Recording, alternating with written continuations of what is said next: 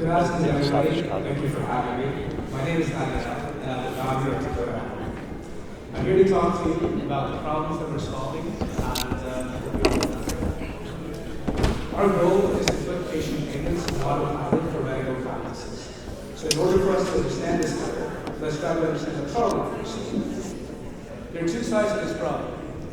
There's the patient side and the provider side. From a patient's perspective, they're expecting health insurance to make the payment, or they don't understand the bill, and that's what they don't make the payment. A lot of other times, of course, they don't have the money to pay, so they don't pay.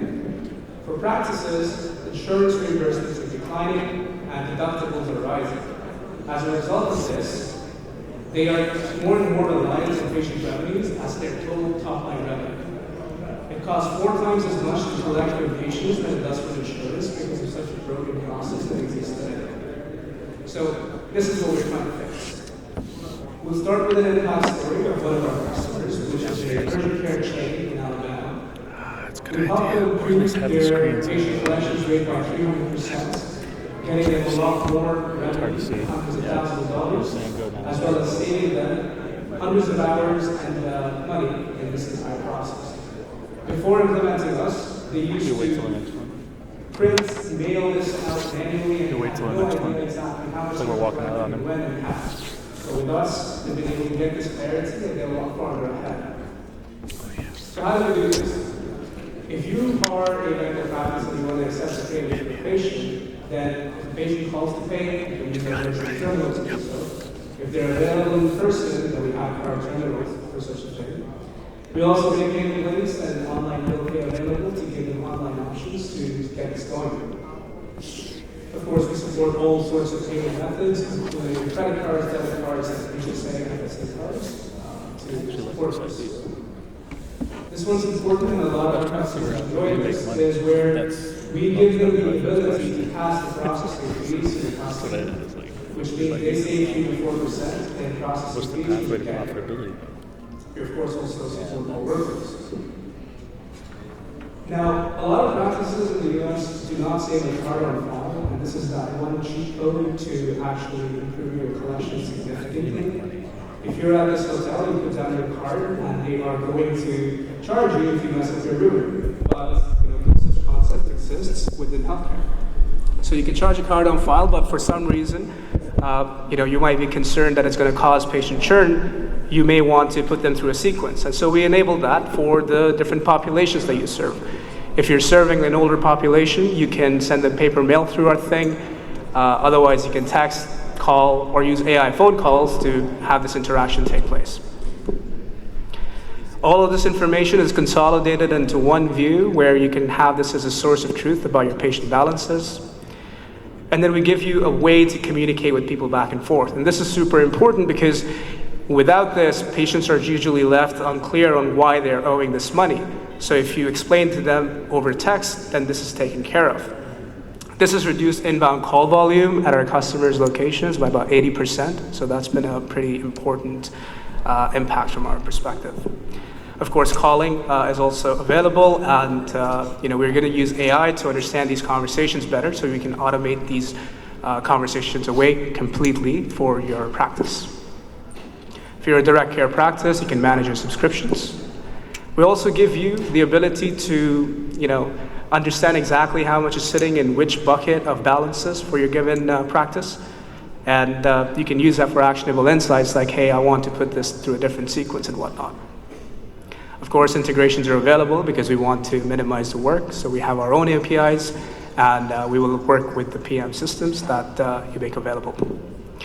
Going live is simple, which is usually pretty challenging in healthcare. This is 3 simple steps. You plan and approve the implementation, and we'll get it going.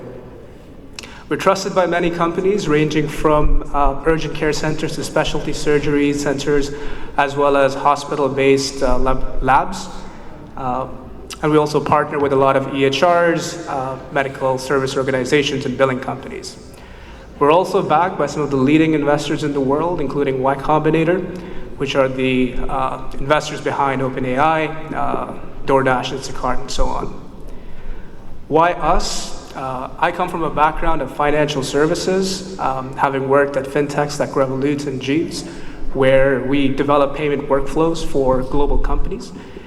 And yeah, I want to bring this experience that I've built over to healthcare because I come from a family of doctors, and this is the only way I need to serve this back.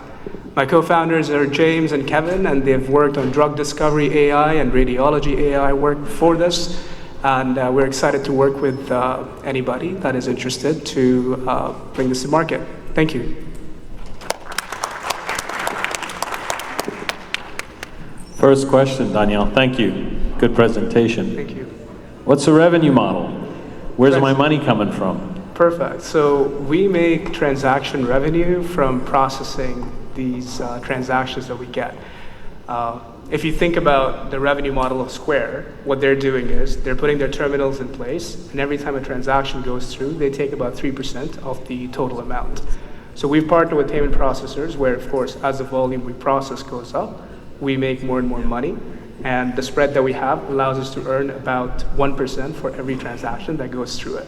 On top of that, depending on the age of the balances that we're collecting on, we have a tiered pricing model that goes and takes a percentage of every amount that we collect, going up to 10% for the oldest balances that you have available.